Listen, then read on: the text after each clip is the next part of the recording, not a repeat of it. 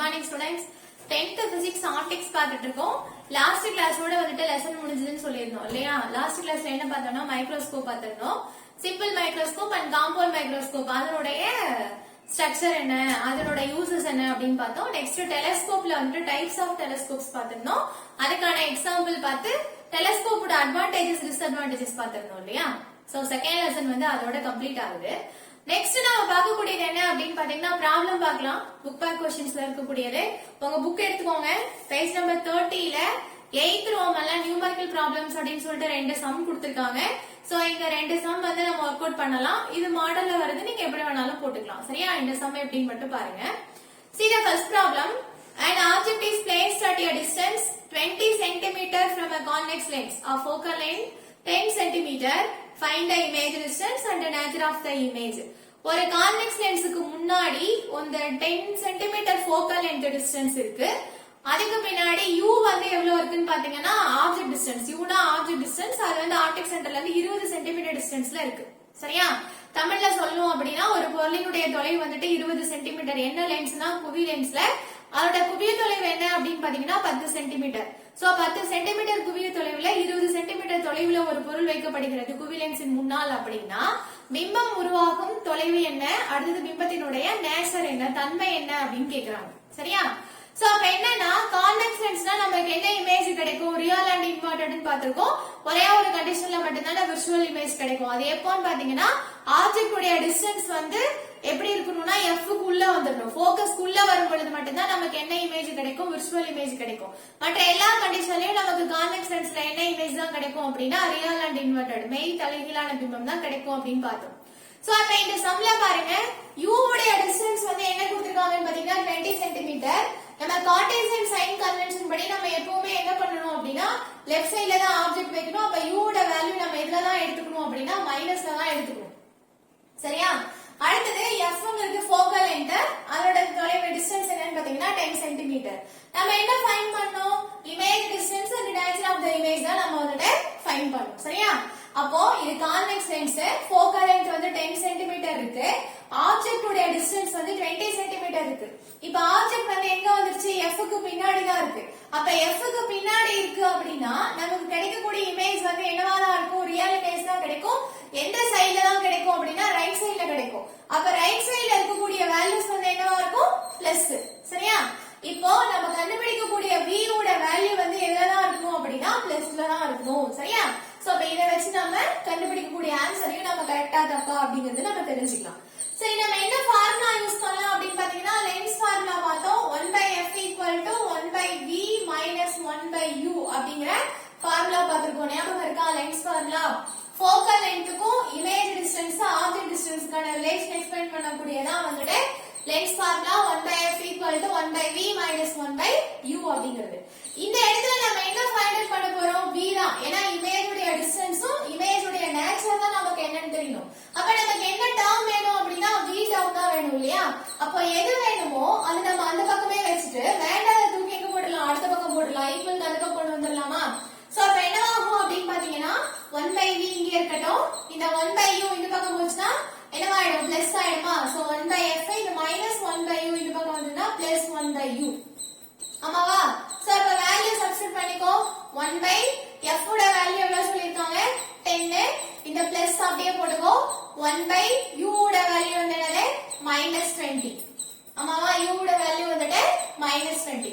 இத அப்படியே cross multiple பண்ணிக்கோங்க. Plus into minus -20 plus into plus plus தான். Plus 10 1s are 10. ஆவா? இங்க பார்த்தோம் அப்படின்னா பிளஸ் இருக்கு, இங்க மைனஸ் இருக்கு. அப்ப plus into minus minus 10 into 20 200 இல்லையா? இத வந்து கீழ என்ன பண்ணிக்கணும், ப்ராடக்ட் பண்ணிக்கணும். இது வந்து கிராஸ் மல்டிபிள் பண்ணும் பொழுது 20 1s are 20 plus into minus minus 10 1s are 10 plus into plus plus. சரியா? அடுத்தது வந்து இது ரெண்டையும் என்ன பண்ணும், ப்ராடக்ட் பண்ணும். 10 20s are 200 plus into minus minus. ஆமாவா? இப்போ என்னவாயிடும், மைனஸும் மைனஸும் வந்துட்டு என்னவாயிடுது, சரி இங்க -20 இருக்கு, இங்க +10 இருக்கு. சப்ட்ராக்ட் பண்ணோம் அப்படின்னா நமக்கு என்ன வேல்யூ வருது, 10 ஆ -10/- 200 கிடைக்குமா? இந்த மைனஸ் மைனஸ் என்னவாயிடும், கேன்சல் ஆயிடுமா? இந்த 0 0 என்னவாயிடும், கேன்சல் ஆயிடுமா? பேலன்ஸ் இருக்குது வந்து என்னது 1/20. அப்ப equal to 1/20 அப்படினா v உட வேல்யூ தான் நமக்கு வேணும். அப்ப v உட வேல்யூனா ரெசிப்ரோக்கலா, அப்ப 20 உட ரெசிப்ரோக்கல் என்னது? சரி 1/20 க்கு 20 சென்டிமீட்டர். v உட வேல்யூ வந்து என்னவா இருக்கு? 20 சென்டிமீட்டரா இருக்கு. சரியா? இப்போ அப்ப இமேஜ் உடைய டிஸ்டன்ஸ் வந்து என்னவா இருக்கு அப்படினு பாத்தீங்கன்னா v equal to 20 சென்டிமீட்டர் பிளஸ்ல வந்துச்சா? அப்ப பிளஸ்ல வந்துச்சுனா என்ன இமேஜா இருக்கும்? ரியலா இருக்குமா? ரியல் அண்ட் இன்வெர்ட்டட்ல இருக்கணும் இல்லையா? அப்போ சைஸ் நம்ம கண்டுபிடிக்கணும் அப்படின்னு பாத்தீங்கன்னா மேக்னிஃபிகேஷன் ஃபார்முலா நம்ம யூஸ் பண்ணிக்கலாம். சோ சைஸ் கண்டுபிடிக்கிறதுக்கு magnification formula m equal to v by u அப்படிங்கற ஃபார்முலா. ஆமாவா? அப்ப v உட வேல்யூ இது நம்ம படிச்சிருக்கோம். v உட வேல்யூ வந்து என்னது கண்டுபிடிச்சிருக்கோம் 20 அப்படிங்கறது. u உட வேல்யூ வந்து என்னது -20. அப்ப கேன்சல் பண்ணீங்கன்னா என்ன கிடைக்குது? -1 கிடைக்குது. இந்த மைனஸ் அப்படிங்கற சைன் வந்து எதை இண்டிகேட் பண்ணுது அப்படின்னா இது இன்வெர்ட்டடா இருக்கு பாத்தீங்களா? அப்ப இமேஜ் வந்து இன்வெர்ட்டடா இருக்கும் இல்லையா? அப்ப டவுன்வர்ட் டைரக்ஷன்ல இருக்கக்கூடிய வேல்யூஸ்லாம் என்னது மைனஸ்ல இருக்கும்ல. சோ அதுதான் இந்த மைனஸ் சைன். அப்ப ஆப்ஜெக்ட் உடைய சைஸும் இமேஜ் உடைய சைஸும் எப்படி இருக்குன்னா சேம் சைஸ்ல இருக்கு அப்படின்னு அர்த்தம். சரியா? இப்போ ஃபைனல் நம்ம ஆன்சர் எழுதுறோம். இமேஜ் டிஸ்டன்ஸ்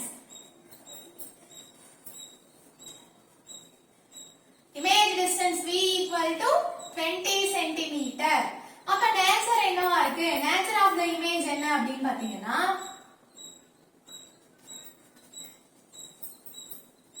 ரியலா இருக்கு அண்ட் இன்வெர்ட்டடா இருக்கு.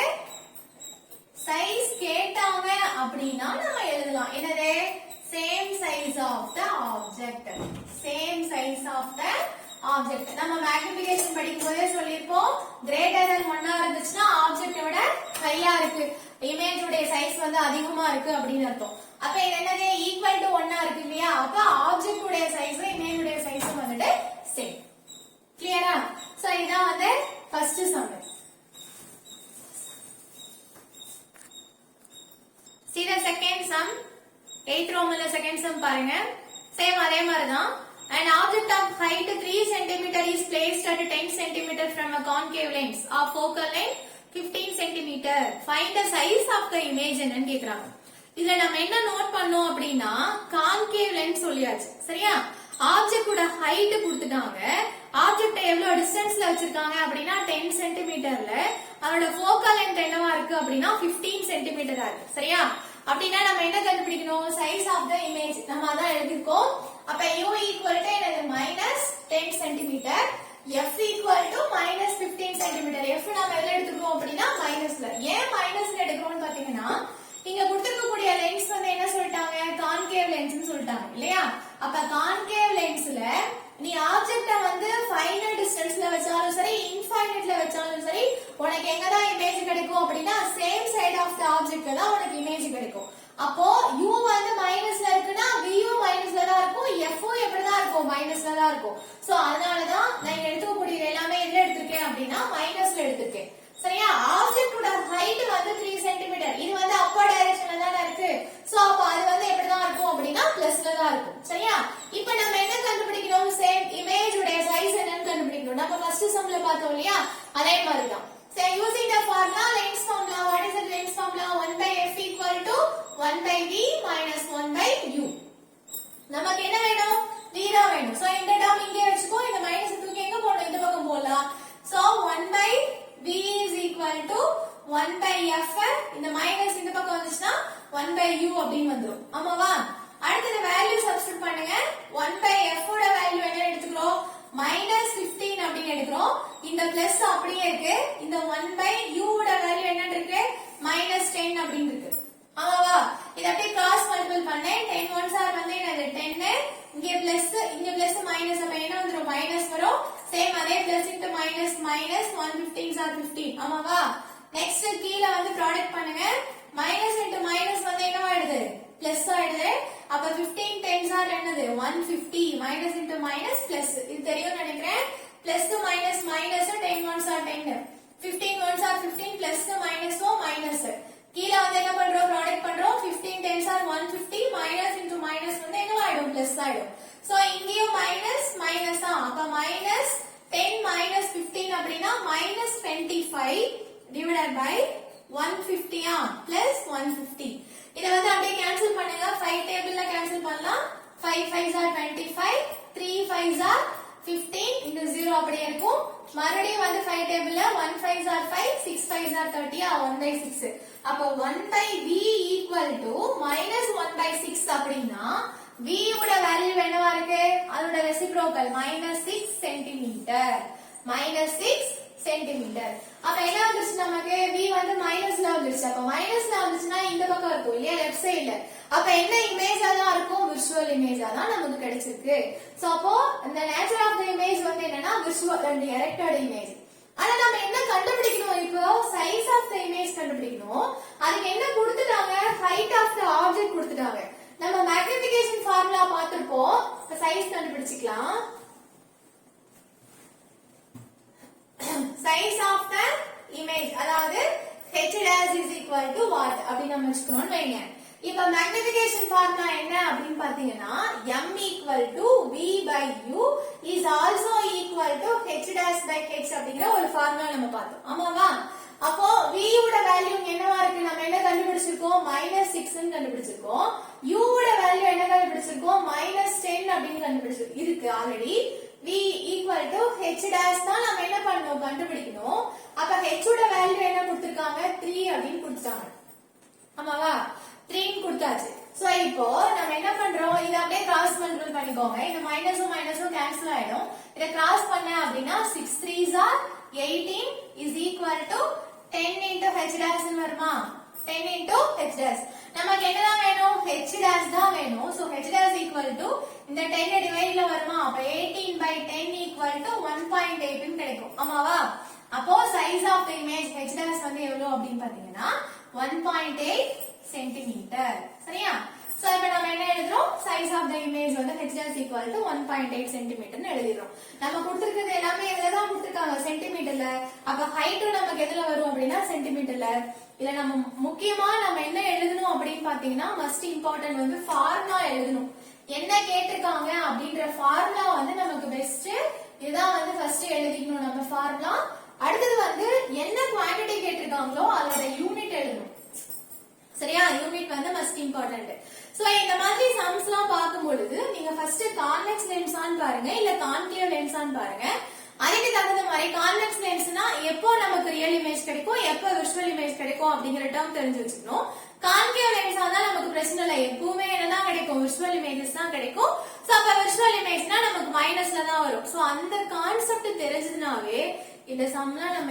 ஈஸியா அட்டெண்ட் பண்ணலாம் சரியா சோ இது வந்து புக் பேக்ல இருக்கக்கூடிய சம் அதே மாதிரி நம்ம புக்ல வந்துட்டு பேஜ் நம்பர் 28ல சால்வ்டு ப்ராப்ளம்ஸ் அப்படின்னு சொல்லி கொடுத்திருக்காங்க ப்ராப்ளம் 1 2 3 4 ப்ராப்ளம் இருக்கு ஃபர்ஸ்ட் சம் வந்து நீங்க அப்படியே விடுங்க ஏன்னா அது வந்து ஆங்கிள் யூஸ் பண்றது லாகரிதமிக் யூஸ் பண்ணி போடணும் நம்ம அதுக்கு லெக்ஸ் டேபிள் வச்சு நம்ம அது இன்னொரு நாள் தனியா பார்க்கலாம் செகண்ட் தேர்ட் ஃபோர்த் சம் வந்து எப்படி வரும் அப்படிங்கறத நான் சொல்லிடுறேன் நீங்க வந்து எனக்கு ஹோம்வொர்க்கா போட்டு சென்ட் பண்ணுங்க சரியா பாரு ப்ராப்ளம் 2 பாரு a beam of light passing through a diverging lens அப்படினாவே அது என்ன லென்ஸ் கான்கேவ் லென்ஸ் கன்வர்ஜிங் லென்ஸ்னா கான்வெக்ஸ் லென்ஸ் அப்ப டைவர்ஜிங் லென்ஸ் உடைய ஃபோக்கல் லென்த் எவ்வளவு கொடுத்திருக்காங்க 0.3 மீட்டர் கொடுத்துட்டாங்க appear to be focused at a distance வந்து எவ்வளவு கொடுத்துட்டாங்கன்னா 0.2 metre behind the lens find the position of the object அப்ப ஆப்ஜெக்ட் உடைய பொசிஷன் என்னன்னு கேட்டிருக்காங்க இந்த சம்ல எல்லாம் நம்ம என்ன பார்த்தோம் அப்படின்னா